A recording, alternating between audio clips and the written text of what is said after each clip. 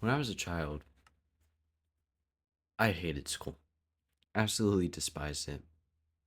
That was the worst part of the day. It wasn't because the teachers there were bad or anything. No, it wasn't that. It was just I lived in a cycle. I'd wake up, shower, get dressed, and go to school. And I would have to do that for like 8 months in a row with little breaks. I always looked forward to summer and winter. Winter being my favorite because summer was way too hot. Sure, that might sound biased, but genuinely summer fucking sucks. Anyone who says summer is better than winter, you have obviously never lived somewhere where when you go outside, you instantly start sweating. Your armpits feel like they can cook eggs and boil it. That's how bad summer was down here. Summer just sucks. Ugh. But when summer or winter break came, instead of going outside, playing with my friends, or playing with my friends, I would just stay inside all day, watch TV, play our Xbox 360, or just lounge around. And that itself became a cycle. I got so bored of doing the same thing over and over again. Wanted to just tear my eyes out. But I never changed it because I was too scared to change. I was comfy in this lifestyle. Why should I change?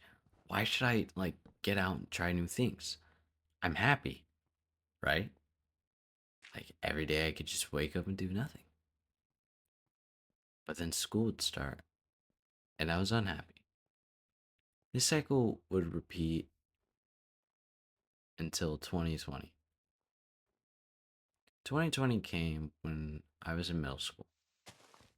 It was a very weird time. I'll tell you that. Kids had phones and shit like that all over this social media platform called TikTok, doing some stupid dance called the Renegade or some shit. I don't know. I didn't even know who Charlie D'Amelio was until my sister was talking about it. I had no idea who the fuck any of those people were. What the fuck was the hype house? That didn't concern me. What concerned me was how close I was to spring break. I was so happy to be finally getting out of school for an entire week. And the best part of it is that we were going to go on a road trip, which was like awesome. Just, I don't even have to be in my house. This is finally a change of pace, something I've been asking for. And then coronavirus fucking hit and ruined my life. It didn't really ruin my life. I'm just saying that to add dramatic effect. It hit. It didn't really hit. I'm saying it hit like it was a fucking tragedy or something. It was kind of a tragedy to childhoods, but not on the scale like an attack. But I was in a McDonald's that was shaped as in a UFO kind of shape in like Roswell, New Mexico, where that alien spaceship fell or something. I'm not sure. I don't really care about conspiracy theories. But I looked up, I was munching on a Big Mac because I was hungry as fuck, and the fucking news thing was the first thing I saw. I immediately thought to myself, shit. At first, it wasn't too bad. It started off at just one more week of spring break. Everybody was so happy. I was happy. And then that 2 weeks became 3 weeks. And 3 weeks became a month. A month became a year. And a year became 2 years. And it was genuinely the most saddest thing ever. I think my, like the middle, no. somewhere in the first year of quarantine, I got a phone. I didn't download TikTok or social media right away. I literally downloaded Angry Birds and played the shit out of Angry Birds while listening to like music. It was such a vibe, honestly. Like, honestly, dude, I would go back to that, but I can't.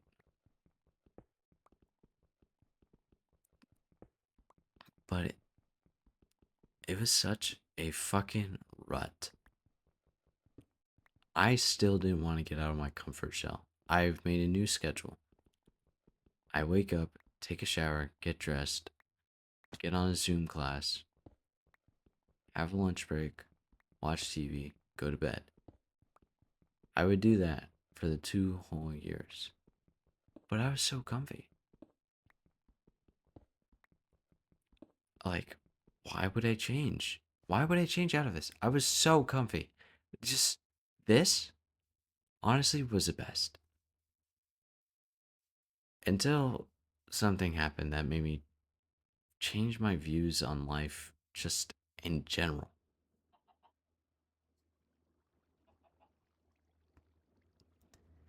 In my freshman year of high school, I had a near death experience. We were in a lazy river, me and my family, and you know what you do in lazy rivers, you be lazy. We ran into a couple rednecks. I'm not trying to be offensive. They genuinely like identified as rednecks. I'm just as confused as you are. Who were along the shore drinking and partying, whatever. And there was this big ass tree with this rope swing. They were saying they basically dared my dad to jump in to the river with the rope swing. My dad, being the man he is, accepted because it sounded like a fun time.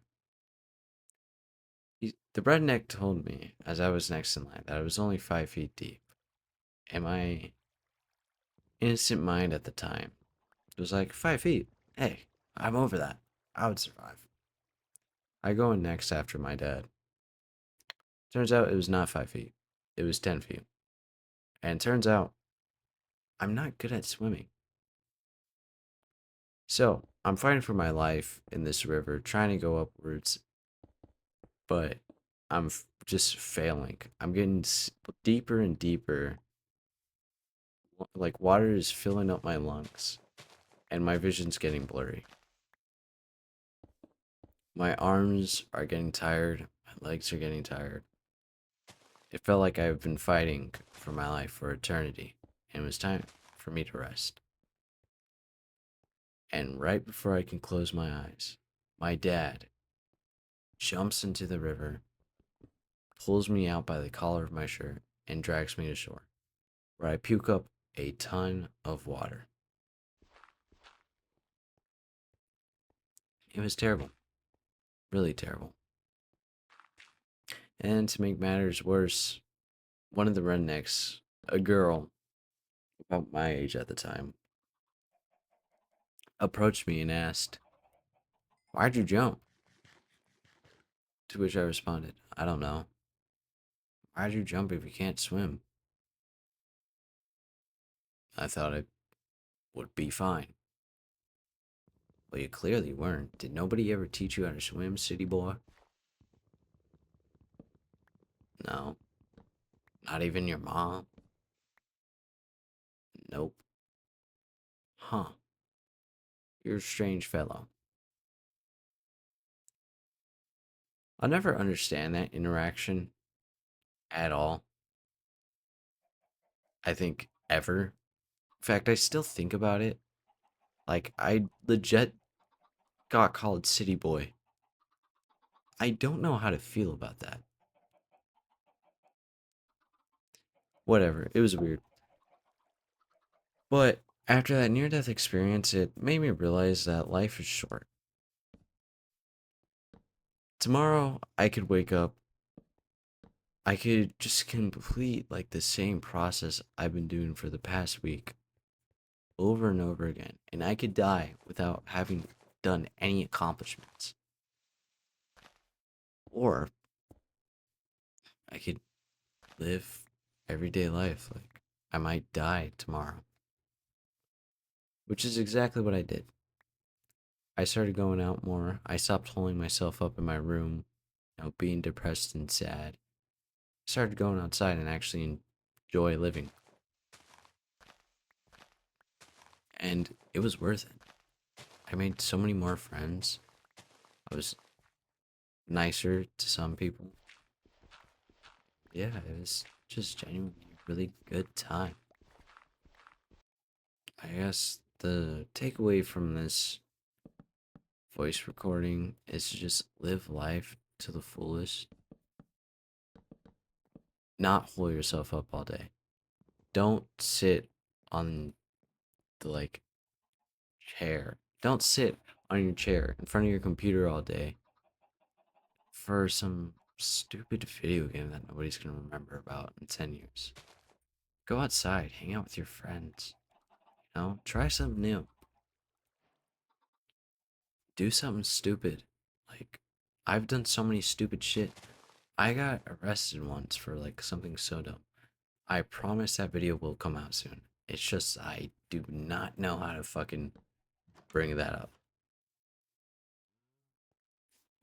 Just do stupid shit. You only got one life. Live it. Make the most of it.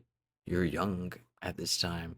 A lot of people would kill to be young. You could probably ask an 80-year-old.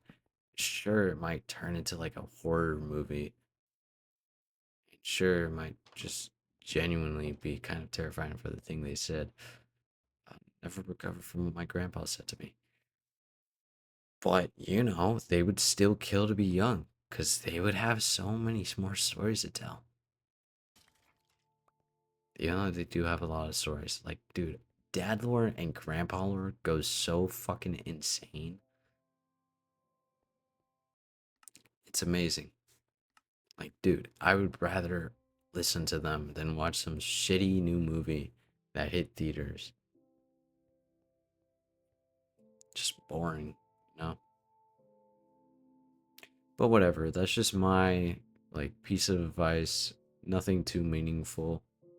Just something stupid, I guess. So stop slouching around. Get out of the house, touch some grass. Go live. I mean it. You only got one life.